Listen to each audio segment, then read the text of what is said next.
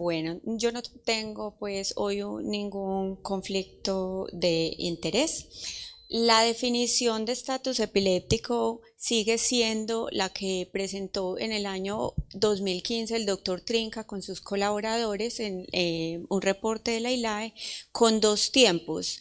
El tiempo uno era en el que se observa que una crisis no se va a autolimitar, porque el 90% de las crisis habitualmente van a durar 3 minutos.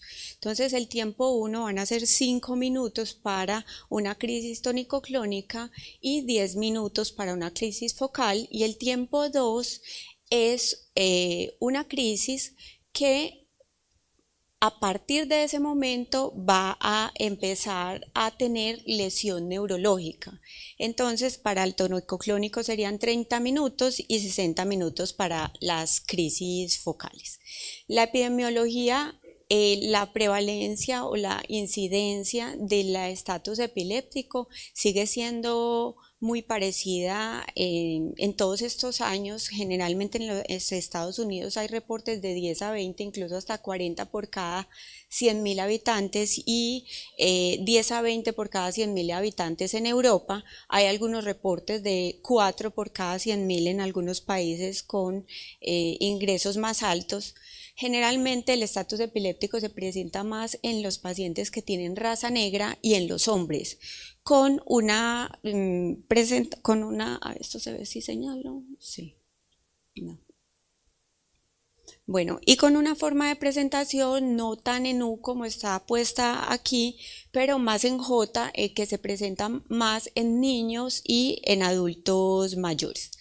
Un tercio de los pacientes que se van a presentar con estatus epiléptico van a tener un antecedente de epilepsia, y las crisis focales sintomáticas, las crisis febriles sintomáticas agudas son como el 60%. La mayoría de las causas siempre va a ser que estos pacientes han suspendido o no tienen el tratamiento a la dosis correcta o no tienen el medicamento para su epilepsia, o algunas intoxicaciones o relacionadas con el consumo de alcohol, las meningitis y las encefalitis. ¿Qué es lo que sucede en el estatus epiléptico para como poder resumirlo grande? Y es una incapacidad o una falla en ese sistema inhibitorio GABAérgico, promoviendo un estado excitatorio glutamatérgico en la hendidura sináptica, que va a ser una despolarización continua de las crisis. Entonces, siempre va a predominar inicialmente un tono simpático, como vemos aquí en la gráfica. Esto es en minutos. Y en los primeros 30 minutos ya vamos a ver una falla de esos mecanismos homeostáticos, y es donde va a empezar a aumentar la mortalidad de los pacientes, que está descrita en el estatus epiléptico entre el 16 y el 20%. Pero a medida que van aumentando las horas y no se resuelve ese estatus epiléptico, hay una mortalidad hasta el 40% en el estado epiléptico súper refractario.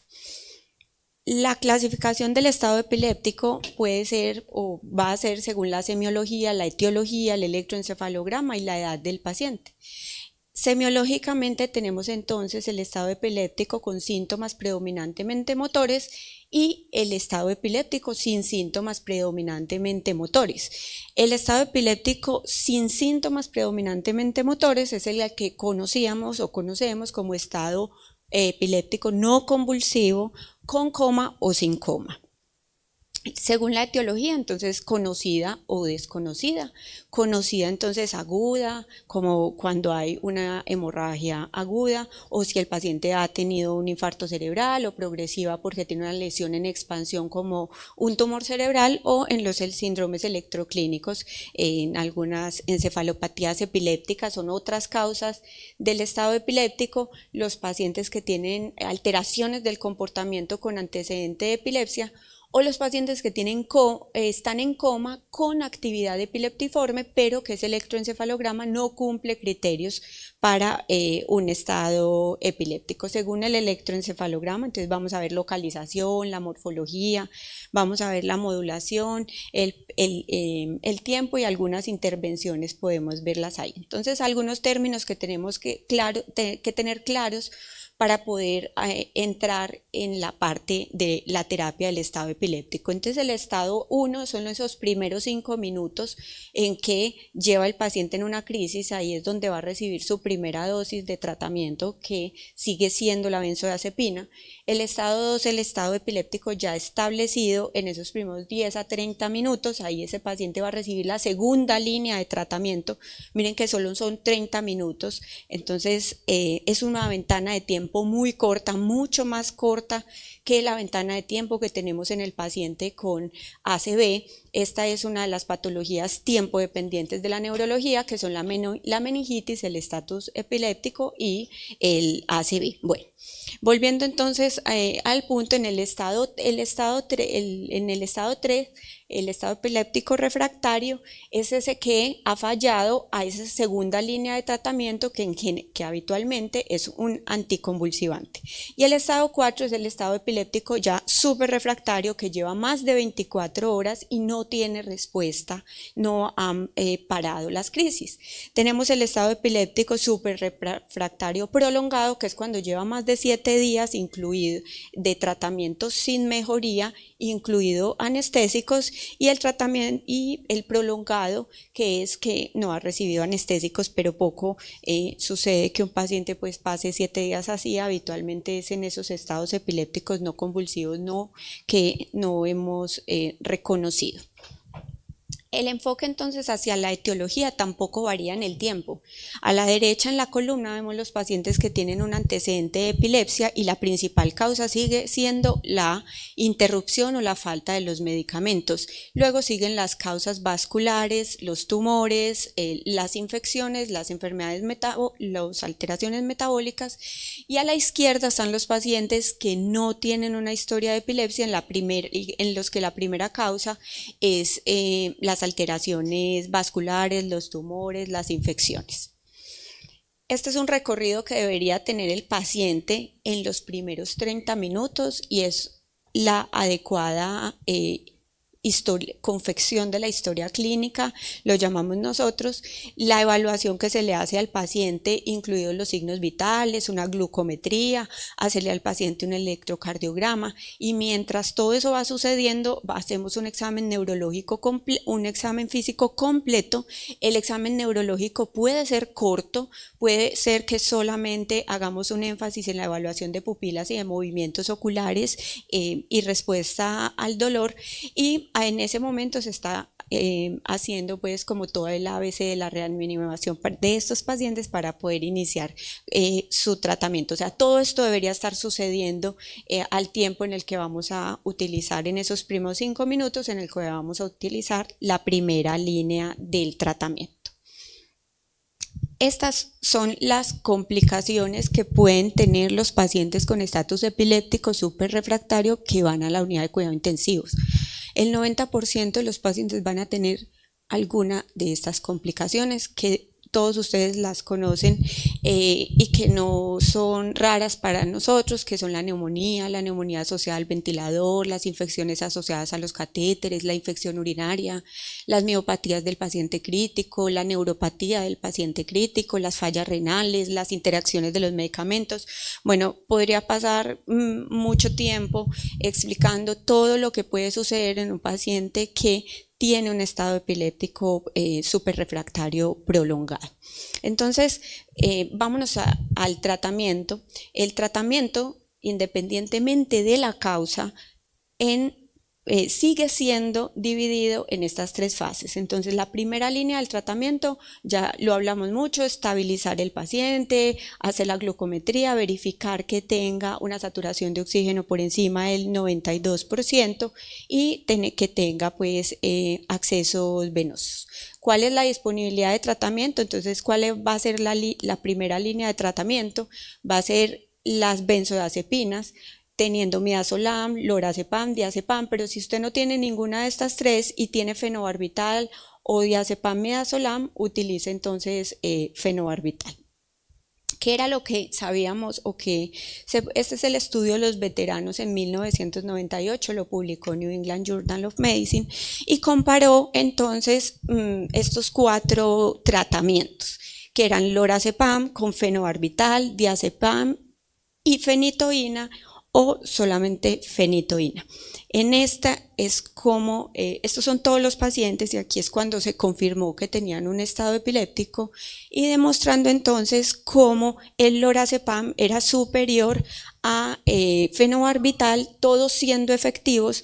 ¿Y qué nos mostró este estudio de los veteranos que es importante en el uso de la benzodiazepina? Y es que el diazepam, utilizando el diazepam como primera línea, era muy efectivo, pero esos pacientes iban a tener más recurrencia de las crisis en 24 horas. Entonces, siempre teniendo de primero al lorazepam con esta publicación que teníamos desde 1998.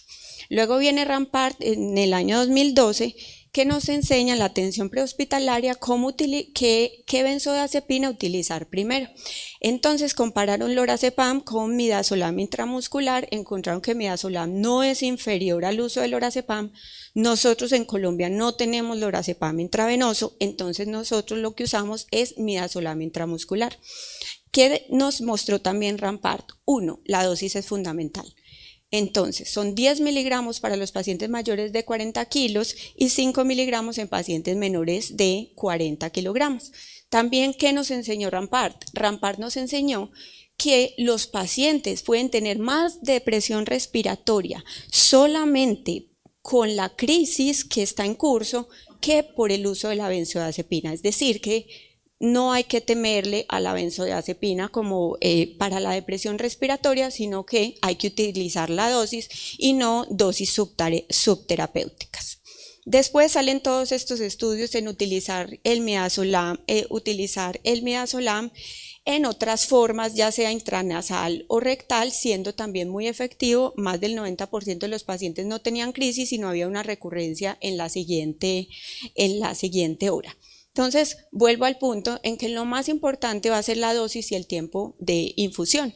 Aquí están descritos entonces el lorazepam, que son 4 miligramos como dosis máxima, y el midazolam, vuelvo y repito, 10 miligramos para los pacientes que son mayores de 40 kilos.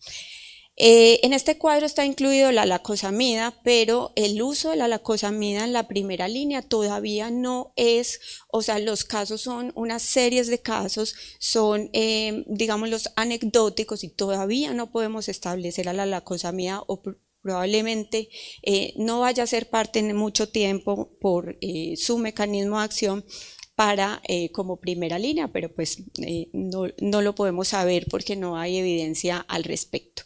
¿Qué pasa entonces después de esos primeros 5 minutos en que esa crisis no ha parado y que vamos a tener que utilizar una segunda línea? ¿Y por qué repetir la benzodiazepina no tiene una utilidad o no es muy importante? Porque vemos que hay una internalización del receptor GABA y hay una regulation del receptor NMDA, es decir, glutamatérgico, promoviendo o cambiando el microambiente del cloro en la hendidura sináptica y no hay una respuesta a los medicamentos GABAérgicos, sino que es un microambiente excitatorio. Por lo tanto, utilizar la benzodiazepina no va a ser útil porque no hay receptores para poder que tenga efecto.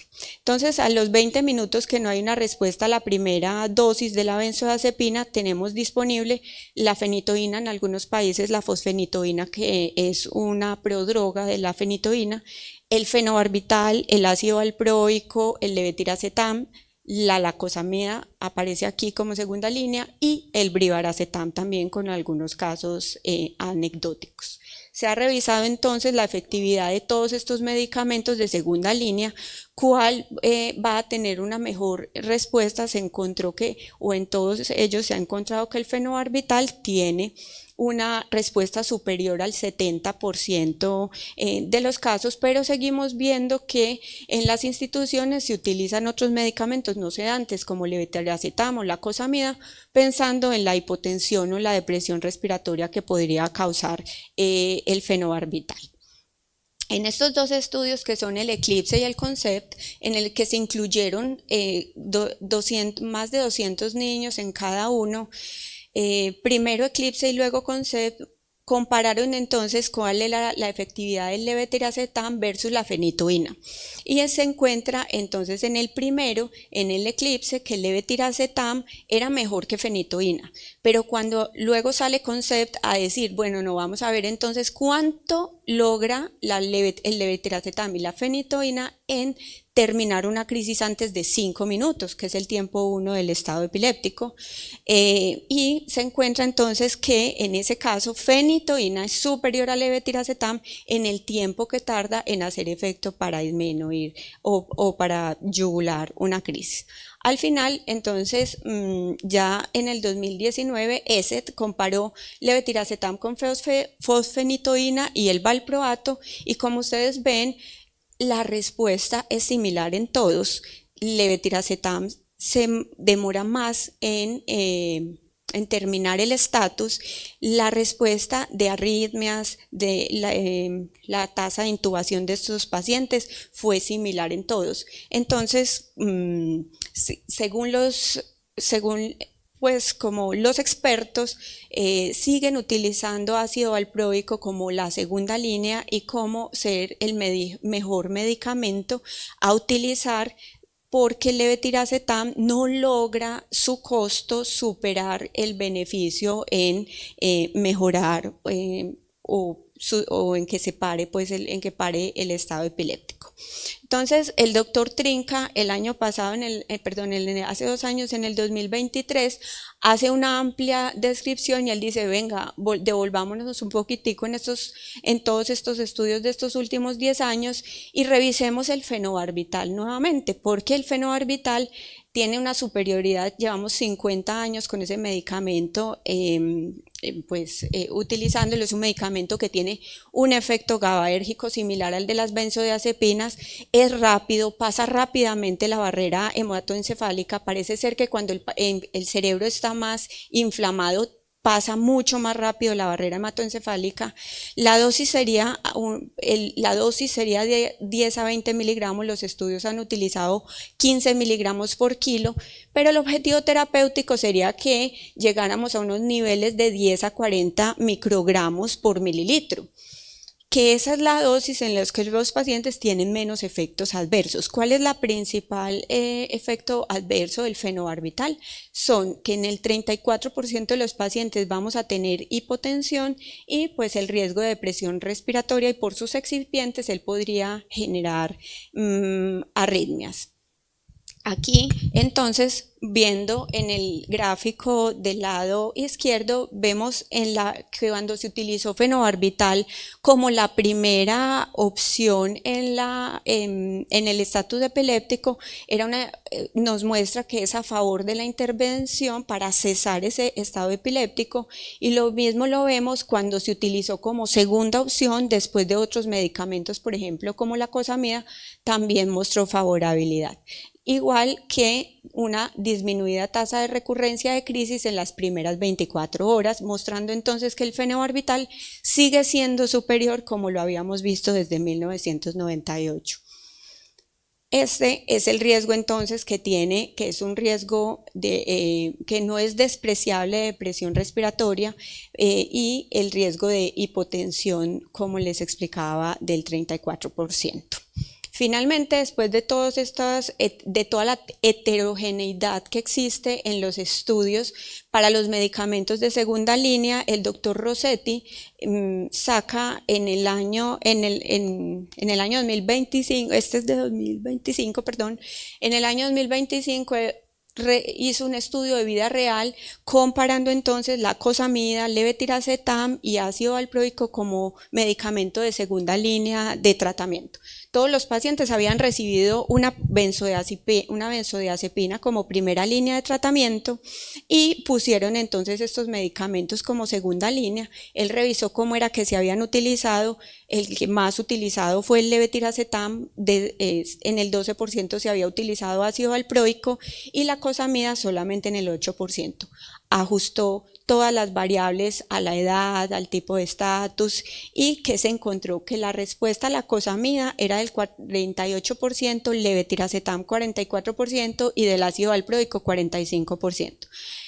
que las tasas de complicaciones, que las tasas de ventilación y los desenlaces al alta en los tres medicamentos era igual, por lo que él concluye que utilizar la cosamida es mucho más costoso como medicamento de segunda línea que utilizar el ácido valproico como medicamento de segunda línea, sobre todo pues en un país en el que él trabaja, que es en los Estados Unidos, donde ellos todavía pues, y ellos no tienen y nosotros tampoco tenemos un genérico de la cosamida venoso. Entonces, después, ya en esta segunda línea, si esta segunda línea ha fallado, a parar el estatus en los 40-60 minutos, entonces habría esa falla terapéutica y está el estado epiléptico súper refractario, y ese paciente entonces va a tener que recibir un anestésico intravenoso continuo. La evidencia que hay al respecto de los anestésicos intravenosos continuos, la más grande es esta revisión en la que lo que se midió era la tasa de falla del anestésico y los eventos adversos y la mortalidad. En resumen, que se encontró que la mortalidad aumenta si el paciente no tiene epilepsia, pero eso ya lo sabíamos antes.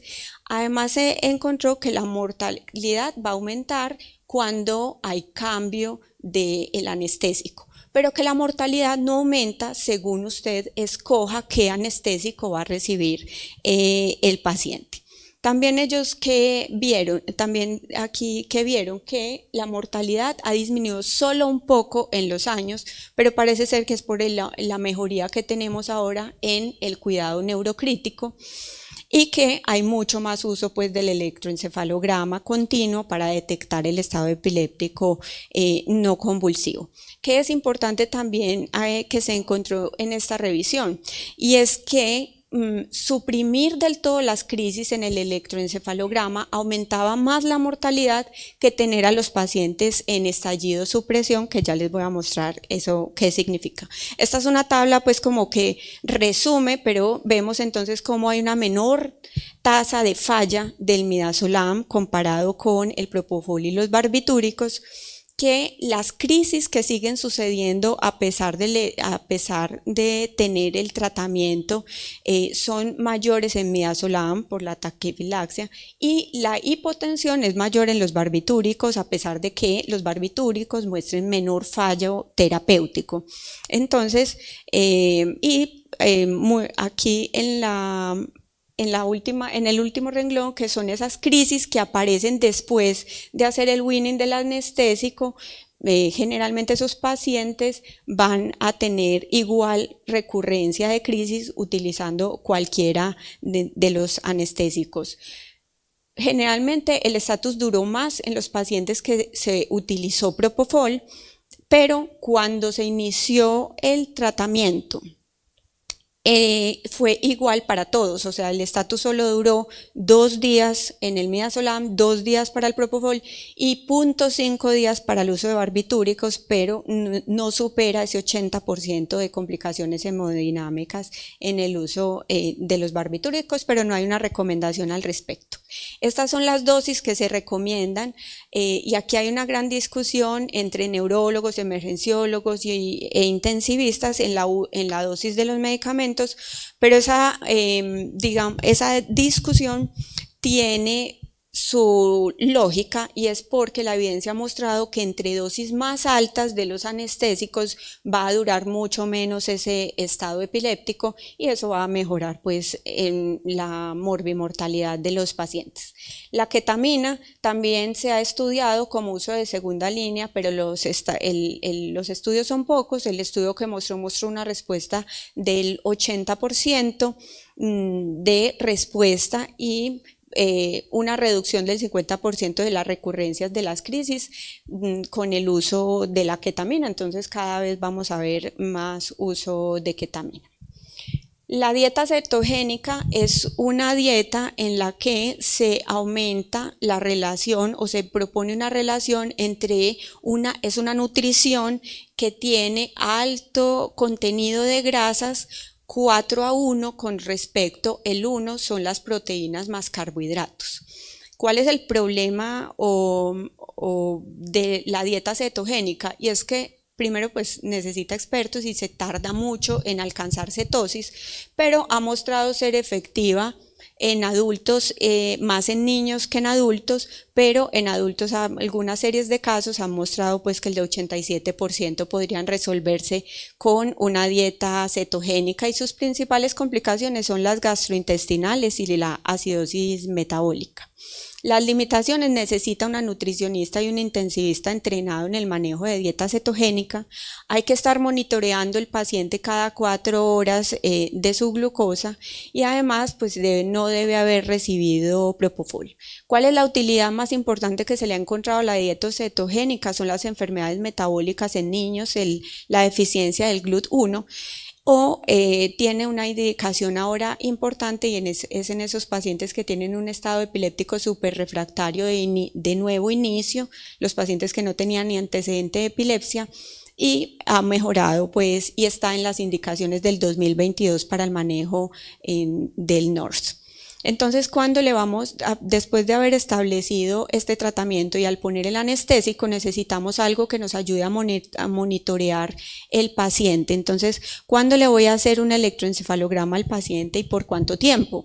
Le voy a hacer un electroencefalograma al paciente que tiene una lesión sintomática aguda, o esos pacientes, ese 20% de los pacientes con alteración del estado de conciencia que no tienen etiología en la unidad de cuidados intensivos, y en los pacientes que persisten pues en estado de coma, que no se ha resuelto el estado epiléptico. Inicialmente, cuando se pone el video monitoreo o el electroencefalograma continuo, deberíamos aplicar esta escala que se llama To Help to Be y pues nos la va a reportar el electrofisiólogo, el neurofisiólogo, en el que va a encontrar descargas de más de 2 Hz por 10 minutos o en 20% del monitoreo, y así va a predecir el riesgo de tener más crisis este paciente, y así no vamos a dejar en un monitoreo continuo un paciente que no necesita un monitoreo continuo, sobre todo si el recurso es escaso.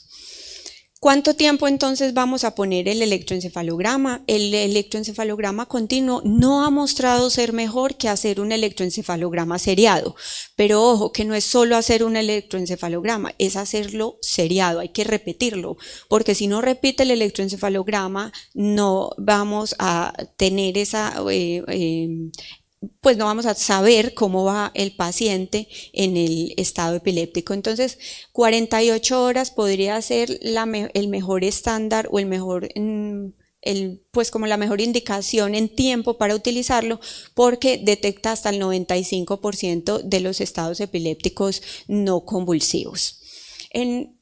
El uso del electroencefalograma continuo debería también estratificarse según los recursos con los que uno cuente. Entonces, en países que los recursos son moderados a altos, se puede utilizar incluso para clasificar los síndromes epilépticos o ese estado epiléptico o la semiología del estado epiléptico se puede utilizar, pero si los recursos son bajos, nosotros entonces solamente vamos a dejar el uso del monitoreo del electroencefalograma continuo a los pacientes que tienen un estado epiléptico refractario o súper refractario.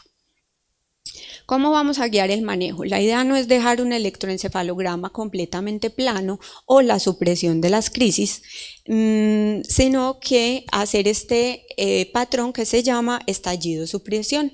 Este estallido-supresión es, como vemos ahí, una alteración de pues, o como actividad epileptiforme por 1 a 2 segundos, y luego tiene 8 a 9 segundos en que hay una supresión de la actividad epileptiforme. Es complejo llegar hasta allá. Vemos acá cómo el paciente puede tardar en este esquema. En este esquema podemos ver cómo el paciente puede tardar hasta 12 o 14 horas en tener la mejor, pues como el estado estable de ese anestésico, y nosotros tener que esperar hasta 24 horas para poder conseguir que haya una supresión de la actividad epileptiforme. Ese paciente debería permanecer en ese monitoreo y con los anestésicos durante 24 a 48 horas, y el tiempo como de corte en el que a los pacientes les va mejor es si usted logra tener el paciente con anestesia y con supresión, en estallido de supresión hasta 35 horas. Si usted logró ese objetivo, empezar a hacer pues el desmonte de los anestésicos.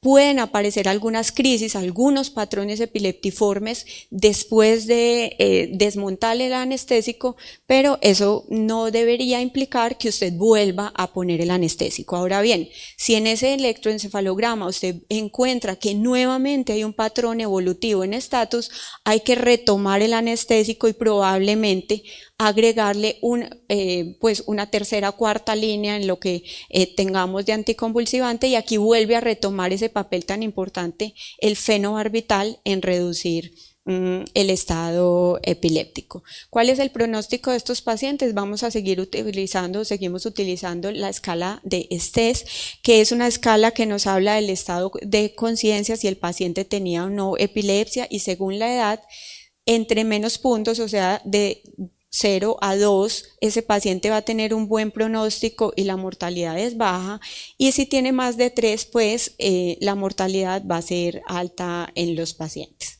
De todas maneras, independientemente pues como del estrés, sí sabemos que el paciente que tiene un estado epiléptico no convulsivo o el estado epiléptico sin síntomas predominantemente motores va a tener una mayor mortalidad, casi el doble que los pacientes que tienen un estado epiléptico con síntomas predominantemente motores.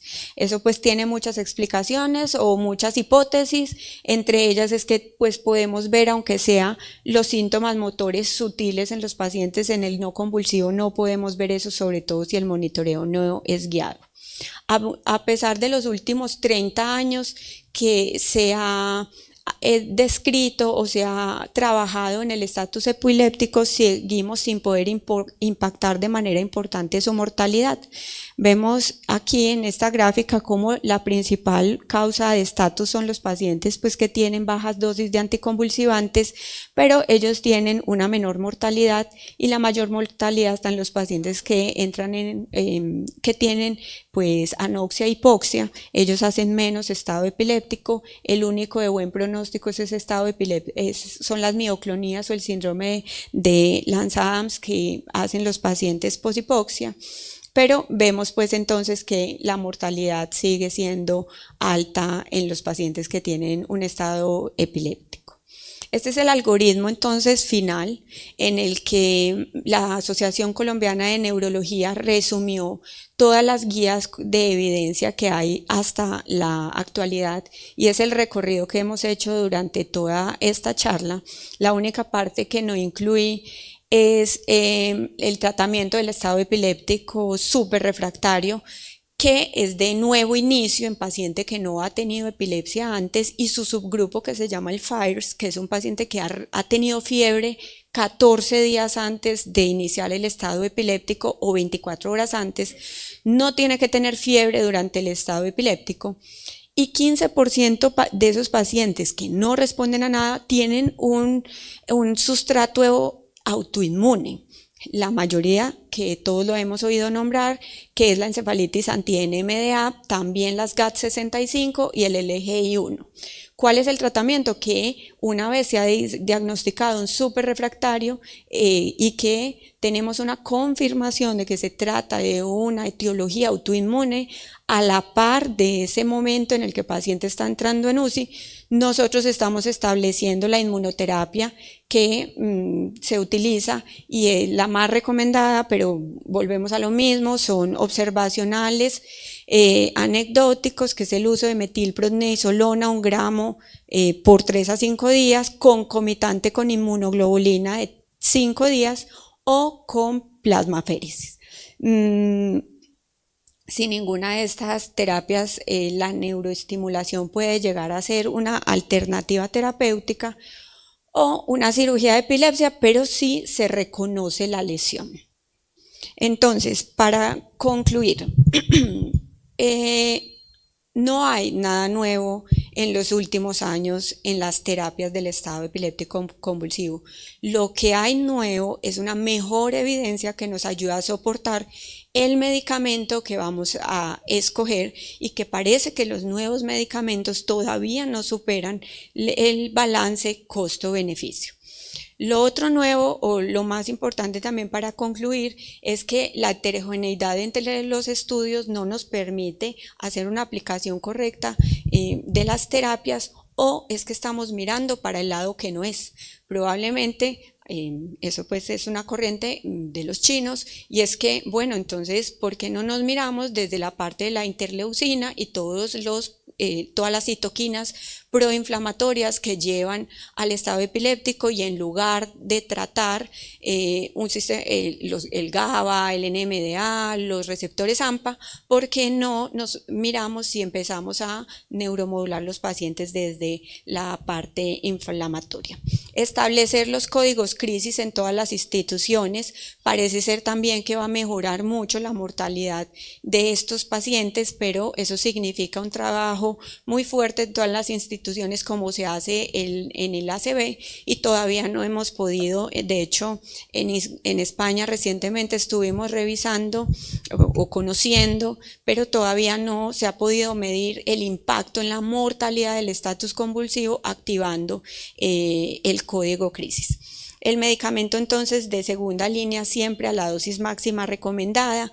En la tercera línea utilizar entonces el midazolam, el propofol, la ketamina, y el coma terapéutico profundo, mantenerlo siempre en menor de 35 horas. Muchas gracias.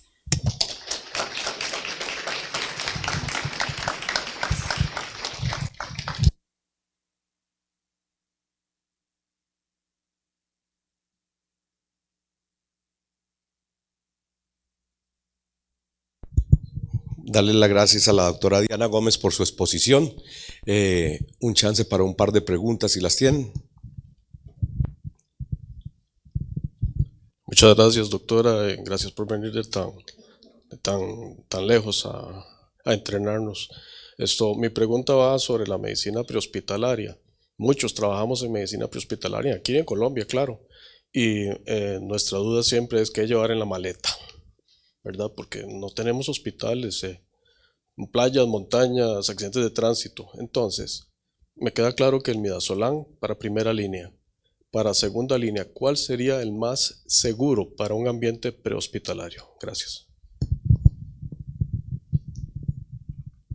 Muchas gracias, doctor. Esa pregunta veníamos haciéndola y la hemos hecho siempre porque pues uno tiende a pensar que utilizar levetiracetam podría ser esa segunda línea o ese medicamento que podemos tener en la maleta, que es mucho menos riesgoso.